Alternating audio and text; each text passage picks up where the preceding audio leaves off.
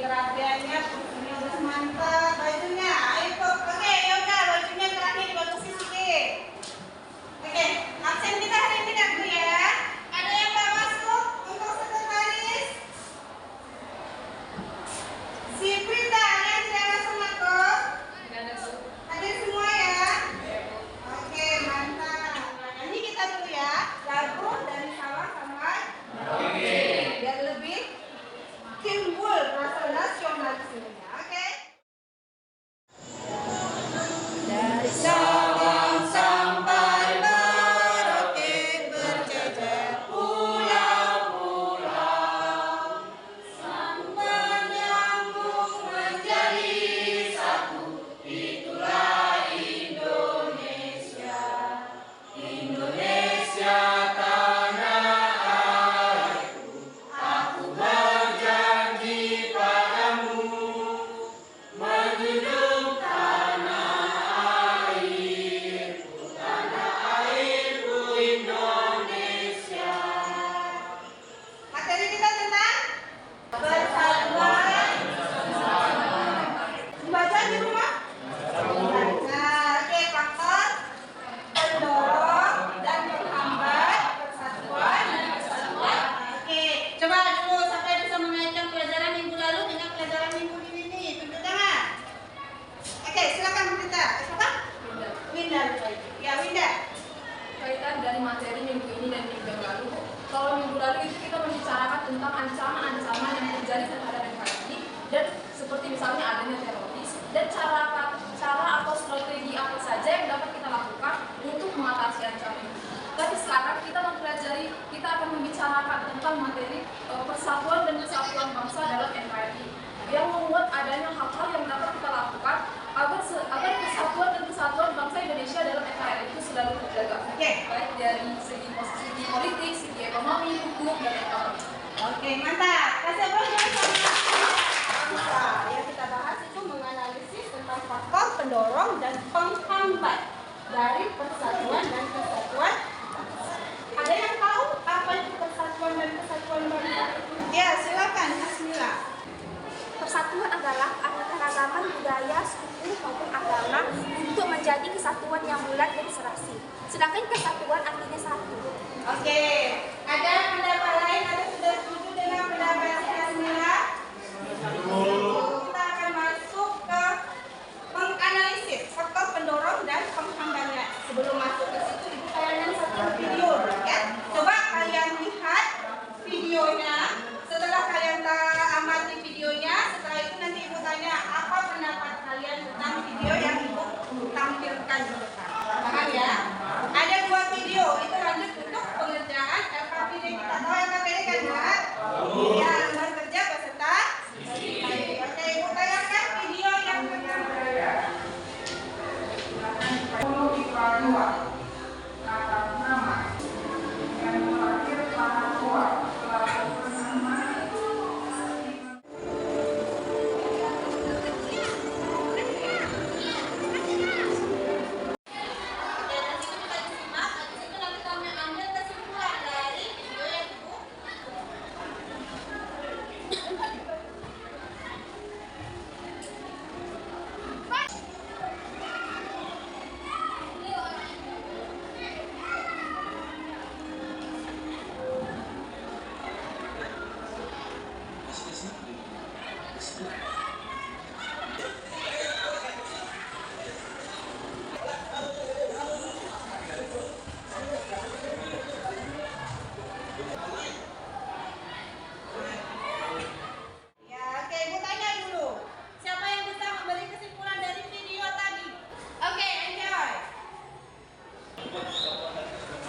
perjuangan para pahlawan.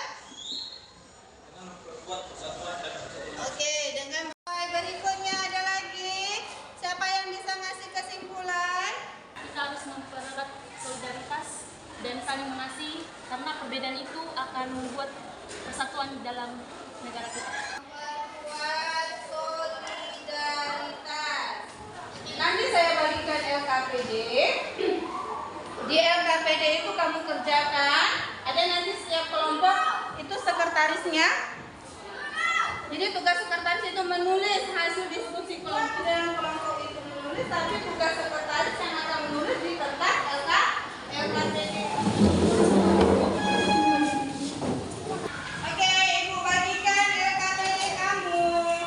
LKPD kelompok 1. Ini untuk kelompok 1. Kelompok 2, mana sekretarisnya? Oke, kamu. Untuk kelompok 3, mana sekretarisnya? Kelompok 4. Oke, untuk pengerjaan LKPD Ibu kasih waktu 20 menit dari sekarang. Oke, dikerjakan. Setelah itu nanti satu-satu presentasi ke depan. Bisa ya?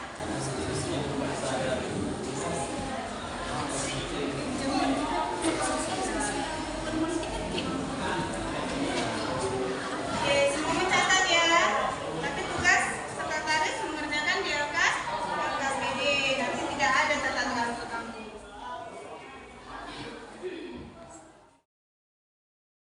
Berikutnya ada peta konsep yang akan kita capai di sini. Ada faktor pendorong dan faktor penghambatnya. Berikutnya ada faktor pendorong. Ya, tadi yang bertanya tadi ya mungkin sudah bisa mulai ada agak-agak gambaran faktor pendorongnya itu apa. Ya kan? Oke, berikutnya yang pertama tadi Pancasila, yang kedua, yang ketiga, berikutnya yang keempat, nah itu faktor pendorongnya. Untuk faktor penghambatnya, yang pertama adalah iya, yang kedua.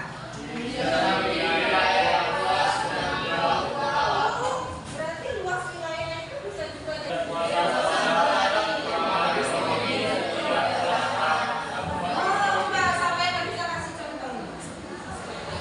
Ketidakpuasan terhadap ketimpangan ekonomi. Siapa yang bisa kasih contoh? Saya kasih gambaran sedikit. Apakah sama pembangunan di Aceh Tenggara dengan pembangunan yang ada di Kota Medan? Ini dia faktor pendorong penghambat persatuan bisa diidentifikasi dalam bidang-bidang yang ada.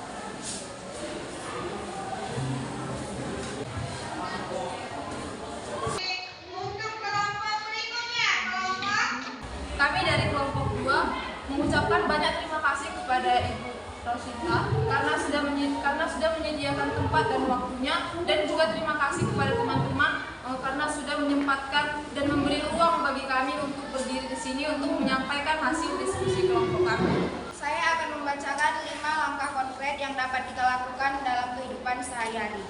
Yang pertama, bersimpati kepada teman yang sedang berduka. Yang kedua, ikut bahagia ketika teman sedang bahagia. Yang ketiga, berlaku sopan dan ramah kepada teman. Yang keempat, menolong teman yang lagi butuh pertolongan. Yang kelima, menerima dan berteman setiap orang tanpa membedakan keadaan fisik sehingga tidak terjadi diskriminasi. Demikian hasil pembacaan kerja kelompok kami. Jika ada teman-teman dari kelompok lain yang ingin mengajukan pertanyaan, silakan ditanya. Oke, ada yang kalau siap kelompok 3.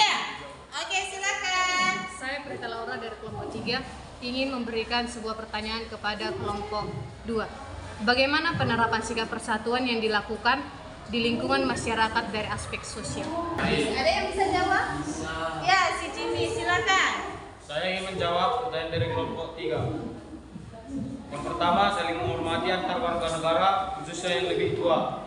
Yang kedua, apabila terjadi musibah, kita sebagai masyarakat harus saling tolong-menolong. Yang ketiga, saling menghormati dan menghargai berbagai perbedaan di lingkungan masyarakat, seperti perbedaan ras, agama, budaya, maupun suku. Dan salam sejahtera buat kita semua. 5 langkah konkret dari aspek ekonomi dalam kehidupan sehari-hari. Pertama yaitu tidak bersifat konsumtif. Yang kedua, hidup hemat. Yang ketiga, memanfaatkan media sosial untuk menambah pemasukan, misalnya jualan online dan lain-lain. 4. Mendaur ulang barang bekas menjadi barang yang memiliki nilai jual, sehingga dapat menambah penghasilan. Yang kelima, membeli barang yang sedang diskon atau promo. Kenalkan, saya Tasya dari kelompok 2 ingin bertanya kepada kelompok 3. Boleh jelaskan bagaimana cara menghindari pola pikiran konsumtif? Kami akan menjawab pertanyaan dari Tasya Mawar, yaitu dari kelompok 2, yaitu cara mengatasi atau menanggulangi sifat konsumtif ialah yang pertama, prioritaskan kebutuhan, yang kedua, kurangi jajan, yang ketiga, cermat ketika membeli bahan. Ada lagi kelompok lain? Pas? Berarti sudah paham? Sudah, Bu. Oke, kita kasih aplaus untuk kelompok 3. Udah mantap. Ibu kasih dulu ini peringkat yang paling keren dari peringkat presentasi kelompok tadi. Untuk peringkat yang pertama, Ibu kasih ke kelompok 1. Peringkat yang kedua, Ibu kasih ke kelompok 4. Setelah itu, Ibu mau tanya dulu. Dan semua, udah kita kerjakan LKPD. Sudah Ibu kasih tadi prioritasnya, sudah Ibu paparkan juga tentang pembelajarannya. Oke, kita balik ke sini. Pertanyaan kawan tadi sama pernyataan kawan tadi. Ini masih ada? Masih, Bu. Oke, ini tadi berupa Pernyataan. Ya, pernyataan tidak perlu dijawab. Ya kan, itu kesimpulannya dari hasil ini. Untuk pertanyaan, faktor pendorong dan penghambat persatuan dan kesatuan.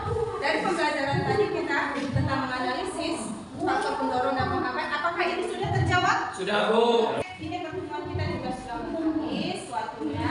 Ayo dulu kita tanya, saya mau tanya dulu, apakah pembelajaran kita hari ini sudah semua dipelajari? Sudah, Bu.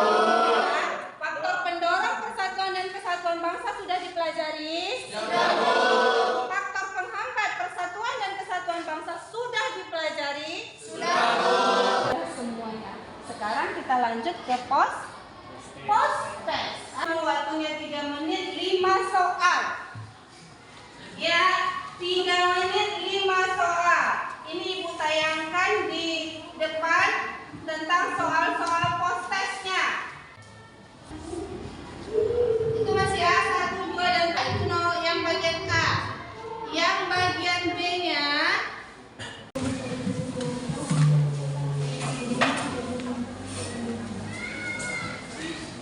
oke, kasih Ibu waktu beberapa menit menilai, boleh ya? Boleh, Bu.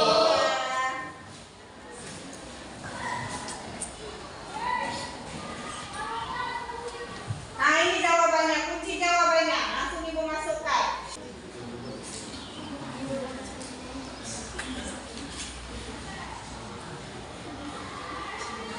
Yang paling bagus itu kita kasih dulu applause untuk Hasmila. Yang paling bagus itu untuk Prita Laura. Harap minggu depan lebih semangat. Lebih semangat lagi ya. Kan kita masuk ulangan. Pesan Ibu nakku dibaca bukunya. Biar nilai ulanganmu bisa lebih bagus. Oke, ada yang mau ditanyakan sebelum kita akhiri? Sudah, Bu. Berarti sudah paham semua? Sudah, Bu. Mengakhiri pembelajaran, pimpin doa dulu. Untuk mengakhiri proses belajar dan mengajar, maka kita berdoa untuk agama dan kepercayaan masing-masing. Berdoa dimulai. Berdoa selesai. Oke, sudah, terima kasih atas waktu kesempatannya, waktunya, keseriusannya. Semoga pembelajaran kita hari ini bisa berkah untuk kedepannya, bisa bermanfaat untuk kita dan untuk orang banyak. Bisa ya? Oke, ketemu lagi minggu depan. Sebelumnya saya minta maaf bila ada kesalahan dan kekurangan. Saya akhiri. Billahi taufiq wal hidayah. Wassalamualaikum warahmatullahi wabarakatuh.